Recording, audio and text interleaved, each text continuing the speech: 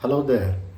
Maybe today we can talk about Darwin's theory of the survival of fittest.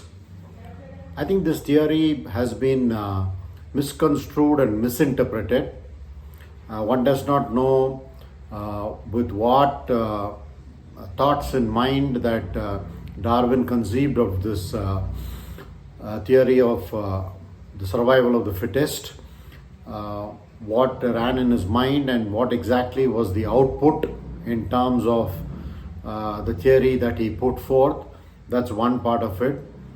The other part of it is what has been the outcome in terms of how it has been understood or misunderstood, used or misused. Well, this theory of the survival of the fittest, I think, firstly, primarily applies to man versus the other living beings, whether they are, I think, even animals or whether they are even plants, the flora and the fauna. So, in that scenario, it was always considered or at least understood that this is the Darwin's theory, which is it is only the fittest that can survive. Now, what exactly does that mean? It means that possibly if 65 million years ago the dinosaurs became extinct, then obviously they weren't fittest at that point in time to survive. They were very large. Probably that was the reason they had to consume tremendously, possibly food and water. They were vegetarians, if I'm not mistaken. I'm not too sure, but I guess they were vegetarians. But then they had to consume tremendous amount of food. I think the space occupied by that creature was so large that it was becoming difficult, I think, for them to move around in the environment, to be able to adapt to the environment. So I think in order to adapt to the environment is when the dinosaurs became the lizards. Probably, I mean, they look kind of similar, so I'm assuming that one of the reasons why the lizard, came into being was possibly because of this adaptability to the environment.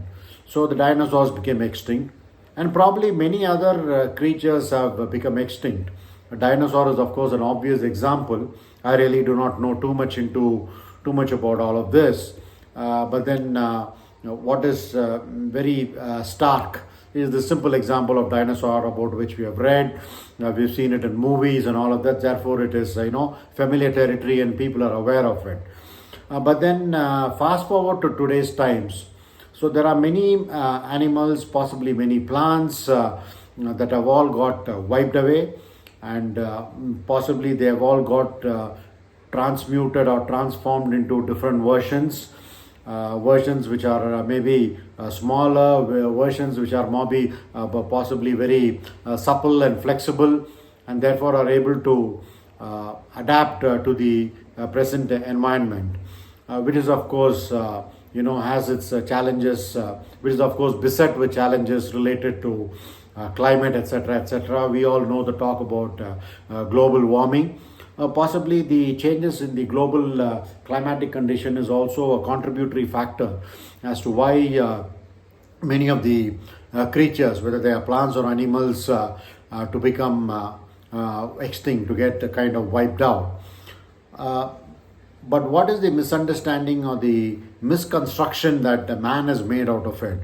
I think the misunderstanding that man has made out of it, and therefore is also even misused, is that because only the fittest can survive and man calls the shots, because supposedly he is the only one endowed with the sixth sense. The rest of the creatures, the rest of the animals operate on instinct, whereas man has the ability to plan, to fabricate, to foresee, to forecast, to abstract from the concrete, and to also concretize from the abstract. So he is equipped with all of these faculties, all of these skills. But then unfortunately there are two problems that man is creating.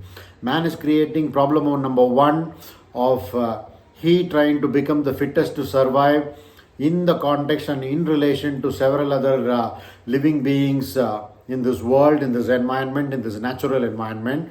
The other thing, problem number two, is that among human beings, There is this battle going on about I am better than you are worse off than me, your color isn't my color, your caste isn't my caste, your creed isn't my creed, your nation isn't my nation, I am more patriotic, etc., etc. So all of these problems are there, and that's the second problem that he has created. So one is with the rest of the environment, the other thing is within man himself.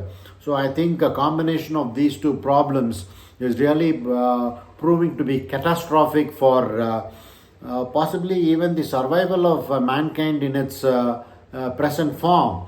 And one doesn't know whether even some biological changes may happen to man, apart from the other changes that he may make in order to adapt to the environment. So both maybe the brain and the brawn may have to undergo a certain kind of adaptability to the future environment. But what is ironical here is that it is man who is imposing himself on the environment, more or less trying to conquer the environment, supersede the environment, and in the bargain he is also destroying the environment. The other thing he is also doing is that because human beings are fighting among themselves, there is also this battle of supremacy, which can also result in the winners and the losers, the victors and the vanquished, and therefore survival of a certain kind of people, and maybe not survival of certain kind of people.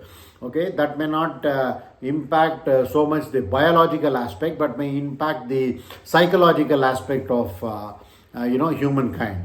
So these are the twin problems that we are faced with, that human beings are faced with. And therefore, in one sense, it's also a tremendous challenge, because given the kind of damage that has happened, or that human beings have brought on to this environment, there isn't clean water anymore, there isn't clean air anymore, there is tremendous deforestation. In the name of urbanization, we are having concrete jungles, and in order to create these massive skyscrapers for both commercial and residential occupancy, a large number of vegetation is removed, forest cover is being erased. Therefore, a hell of a lot of damage is being done. So therefore it also becomes the responsibility of man, if he has to take care of himself and also serve his selfish aims, he must be extremely clever and cunning to maneuver his way through to manage the kind of environment that he himself has wrought upon, and therefore move ahead for possibly many more centuries or many more millennia. The other aspect, as we already brought up, is who's going to survive among human beings, which human beings will survive, which human beings won't. So these are the possibly some of the gross misinterpretations that have happened of Darwin's the theory of relativity. But if for a moment we can put that aside, or let's say not make a misconception of it, then there is an opportunity for everybody to come to the common ground, everybody to come to the discussion table and explore and examine and investigate the possibility of how we can survive and succeed as a human race, not by trampling upon each other, and also not trampling upon the animals and the plants, that's the rest of the environment. How is it that because we are endowed with this so-called sixth sense, the ability to be intelligent, the ability to be able to plan and conceive and foresee, why do not we use that special faculty, that supposedly special faculty that we are endowed with, to be able to undertake evolution in a very healthy manner, where it is not done at the cost of damaging environment. It is also not done at the cost of a particular type of human being succeeding, leaving the rest of the folks behind. So there is something called as equitable distribution. There is something called equity. There is something called good sense and good thinking. I think that should prevail.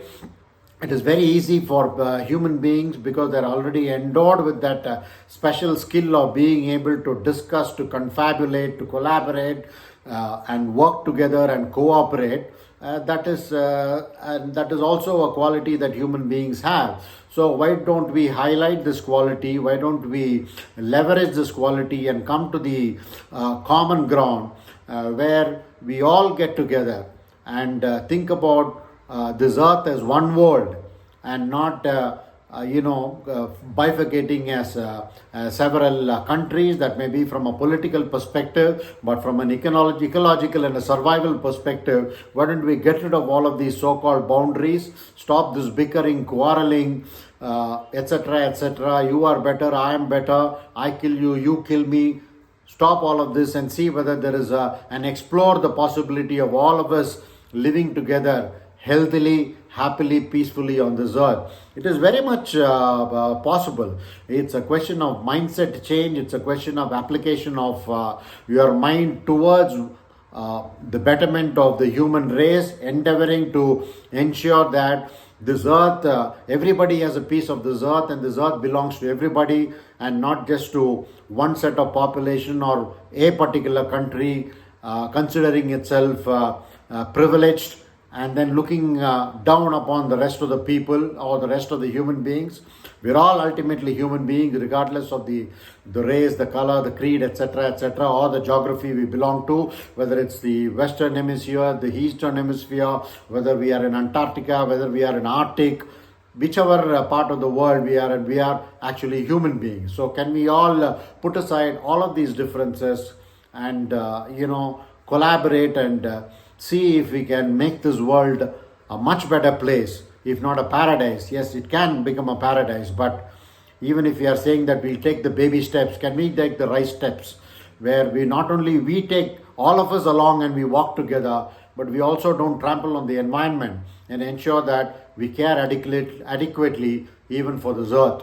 I think the day that can happen, the day that we all think about the necessity and the significance and the importance of this, is the day of, let's say, great transformation for human beings, and thankfully, possibly even a great transformation for a better environment, for a conducive environment. So let's all work together for world peace. Let us all work together for harmony. Let us all work together for preserving Mother Nature too. Thank you.